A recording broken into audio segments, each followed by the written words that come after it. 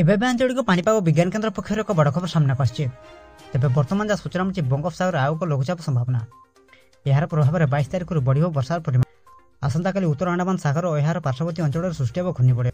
23 ତାରିଖ ସୁଦ୍ଧା ଉତ୍ତର ପଶ୍ଚିମ ସଂଲଗ୍ନ ଓ ବଙ୍ଗୋପସାଗର ସୃଷ୍ଟି ହେବ ଲଘୁଚାପ।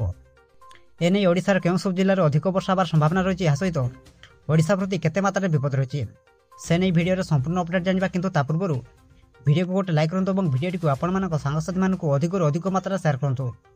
ଯଦି ଆମ ଚ୍ୟାନେଲରେ ଆପଣ ପ୍ରଥମ ଥର ଭିଡ଼ିଓ ଦେଖୁଛନ୍ତି, ଚ୍ୟାନେଲକୁ ସବସ୍କ୍ରାଇବ୍ କରି ପାଖରେ ଥିବା ବେଲ୍ ଆଇକନକୁ ପ୍ରେସ୍ କରି ଅଲ୍ ନୋଟିଫିକେସନକୁ ଅନ୍ ରଖନ୍ତୁ, ଯାହାଦ୍ୱାରା ଯେବେ ବି ପାଣିପାଗ ସମ୍ବନ୍ଧୀୟ ଲାଟେଷ୍ଟ ଅପଡେଟ୍ ଆପଣମାନେ ସର୍ବପ୍ରଥମେ ଆମ ଚ୍ୟାନେଲ ମାଧ୍ୟମରେ ପାଇପାରିବେ। ତେବେ ଚାଲନ୍ତୁ ଲେଟ୍ ନକରି ଖବର ଉପରେ ଫଟାଫଟ ନଜର ପକାଇବା। ସୂଚନା ଅନୁଯାୟୀ ବଙ୍ଗୋପସାଗର ଆଉ ଏକ ଲଘୁଚାପ ସମ୍ଭାବନା। ଏହାର ପ୍ରଭାବରେ 22 ତାରିଖରୁ ବଢ଼ିବ ବର୍ଷାର ପରିମାଣ। ଆଜି ଉତ୍ତର ଆଣ୍ଡାମାନ ଓ ଏହାର ପାର୍ଶ୍ୱବର୍ତ୍ତୀ ଅଞ୍ଚଳରେ ସୃଷ୍ଟି ହେବ ଘୂର୍ଣ୍ଣିବଳୟ। 23 ତାରିଖ ସୁଦ୍ଧା ଉତ୍ତର ପଶ୍ଚିମ ସଂଲଗ୍ନ କେନ୍ଦ୍ରୀୟ ବଙ୍ଗୋପସାଗରରେ ସୃଷ୍ଟି ହେବ ଲଘୁଚାପ।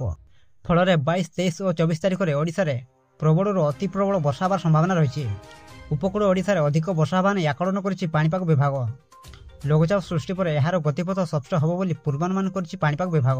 ଆସନ୍ତା 24 ଘଣ୍ଟା ମଧ୍ୟରେ ବିଜୁଳି ଓ ଘଡ଼ଘଡ଼ି ସହ କିଛି କିଛି ସ୍ଥାନରେ ହାଲୁକାରୁ ମଧ୍ୟମ ଧରଣର ବର୍ଷାର ସତର୍କତାକୁ ନେଇ ମାଲକାନଗିରି, କୋରାପୁଟ, ନବରଙ୍ଗପୁର, କଳାହାଣ୍ଡି, ରାୟଗଡ଼ା, ଗଜପତି, କଳାହାଣ୍ଡି, ଗଞ୍ଜାମ ଓ କନ୍ଧମାଳ ଜିଲ୍ଲାକୁ ୟେଲୋ ୱାର୍ଣ୍ଣିଂ ଜାରି କରିଛି ପାଣିପାଗ ବିଭାଗ। ଅନ୍ୟପଟେ ଚଳିତ ମୌସୁମୀ ସିଜନରେ ରାଜ୍ୟରେ ଜୁନ୍ 1 ତାରିଖରୁ ଏଯାବତ୍ 1003.1 ମିଲିମିଟର ବର୍ଷା ରେକର୍ଡ ହୋଇଛି। ଏବେ ବି 8% ନିଅଣ୍ଟିଆ ବର୍ଷା ରହିଛି। ବର୍ତ୍ତମାନ ସୁଦ୍ଧା ଗୋଟିଏ ଜିଲ୍ଲାରେ ସ୍ୱାଭାବିକଠାରୁ ଅଧିକ ବର୍ଷା ହୋଇଥିବା ବେଳେ 19ଟି ଜିଲ୍ଲାରେ ସ୍ୱାଭାବିକ ବର୍ଷା ଏବଂ 10ଟି ଜିଲ୍ଲାରେ ନିଅଣ୍ଟିଆ ବର୍ଷା ରେକର୍ଡ ହୋଇଛି।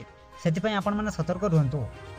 ବାସ୍ ଏହା ଥିଲା ଆଜିର ମୁଖ୍ୟ ଖବର। ପ୍ରତ୍ୟେକ ଦିନ ଏମିତି ଲାଟେଷ୍ଟ ଅପଡେଟ୍ ପାଇବା ପାଇଁ ଏବେ ହିଁ ଚ୍ୟାନେଲକୁ ସବସ୍କ୍ରାଇବ୍ କରି ପାଖରେ ଥିବା ବେଲ୍ ଆଇକନକୁ ପ୍ରେସ୍ କରି ଅଲ୍ ନୋଟିଫିକେସନକୁ ଅନ୍ ରଖନ୍ତୁ। ବ୍ୟୁରୋ ରିପୋର୍ଟ, ଜାଗରଣ ଟିଭି।